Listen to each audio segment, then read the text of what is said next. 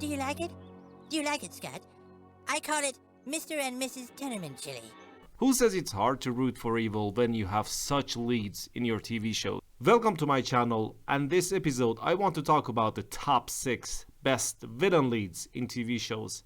Well, there are some honorable mentions at the end too, so don't forget to wait till there. And don't forget to like and subscribe, please. It might really boost my confidence and my channel.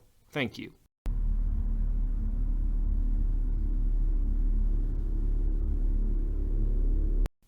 Number 6.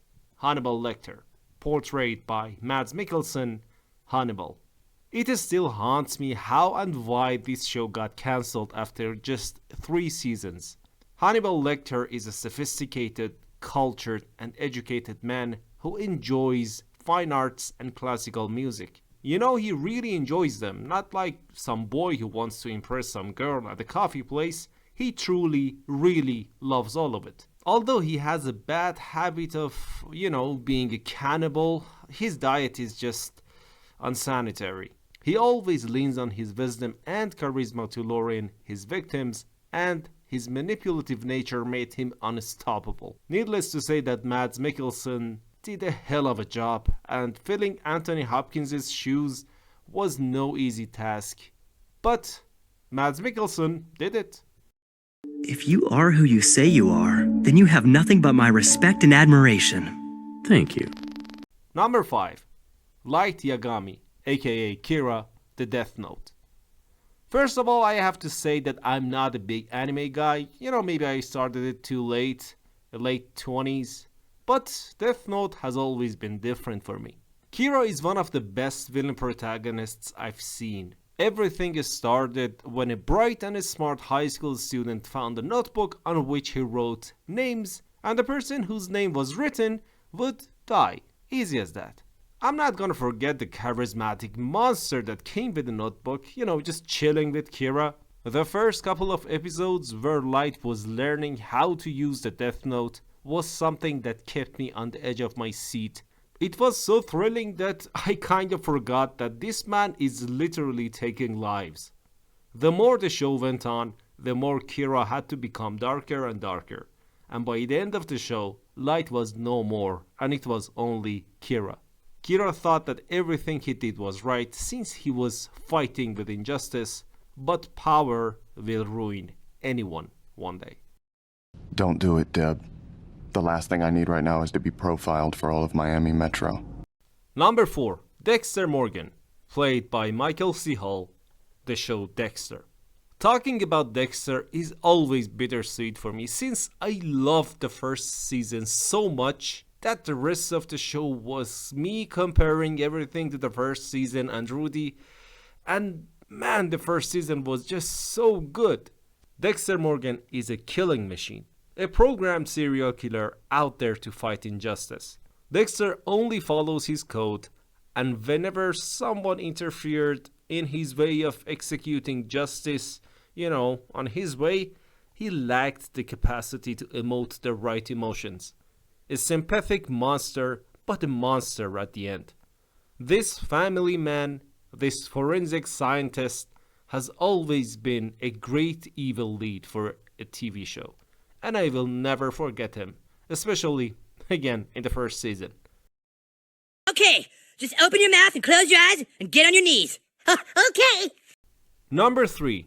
Eric Cartman, voiced by Trey Parker, South Park. You have absolutely no idea how much I love South Park. And I learned so much from this show. Well, that might say a lot of things about my character.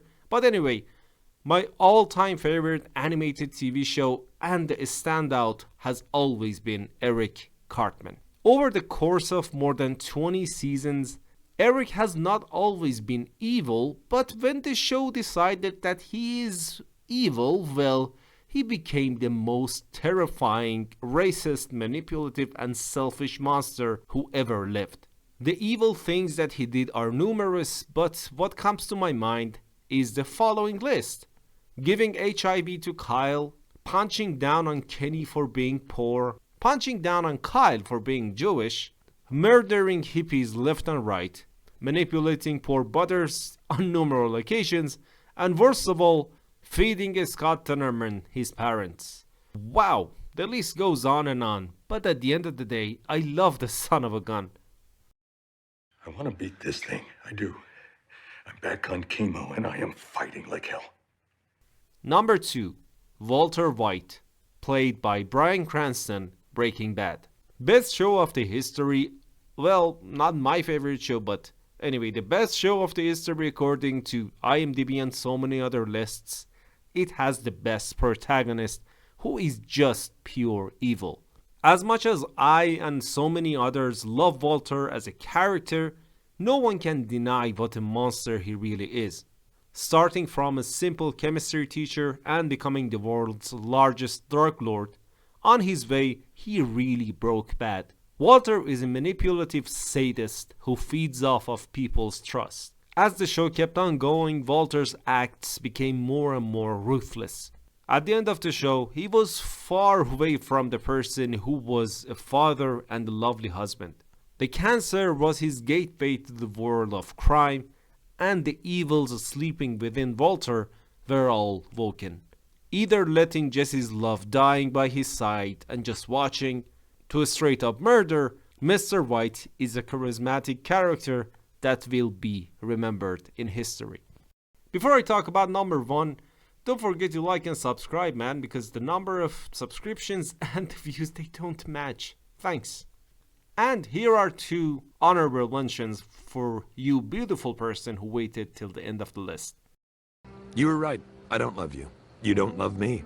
We're just 2 lonely people trying to hate ourselves a little less. Number 1, Bojack Horseman, voiced by Will Arnett, Bojack Horseman. Bojack is a guy who plays victim but brings destruction wherever he goes. He is a sad and depressed soul who is addicted to his estate, and whoever gets close to him gets sucked in. The things that he did, well, that's for another list. Watch this show if you really want to get sad. So what, I take the wrong Maroni, that it? You do not threaten my family. Jesus, Sal. Put your dick away. Number 2, Oz Cop, aka the Penguin, played by Colin Farrell, the show The Penguin. Even though this show aired very recently, Oz Cop proved to be a worthy character for an awesome villain protagonist. Oz is a fighter who fights really dirty, a selfish man with lots of mommy issues who is resilient to get what he wants. Oz is not a lovable protagonist, and by the end of the first season, well, he becomes even more irredeemable. Are you in the mafia? Am I in the what? Number 1, Tony Soprano, played by James Gandolfini, The Sopranos. Well, this is my favorite show. Without Tony Soprano, there wouldn't be Walter White. Bryan Cranston said that. And I have to say, the man is right. The number of references in the Breaking Bad, references to The Sopranos are numerous. Tony Soprano is evil from the moment the show begins to the end. But as the show goes on, he demonstrates some really, really dark stuff.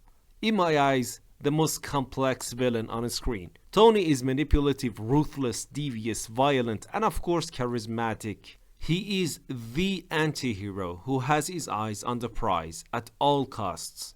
He always thinks of evil stuff, even in the worst of situations, and even if it meant going lower and lower as a person, even if it meant cheating on his wife with a one-legged housekeeper. The complexity of his character lays on his love towards his family and the name. He suddenly becomes emotional and soft, especially towards his kids, and he's ready to risk it all for his loved ones. I'm still looking for a chance to rewatch Sopranos. And yeah, that was my list, the list of top 6 best evil leads in TV shows. Tell me if your favorite was here. Don't forget to again like and subscribe, and ring the bell for notifications, and ask your significant other as always. Movies at 6? Well, in this case, let's watch a TV show at 6. Goodbye.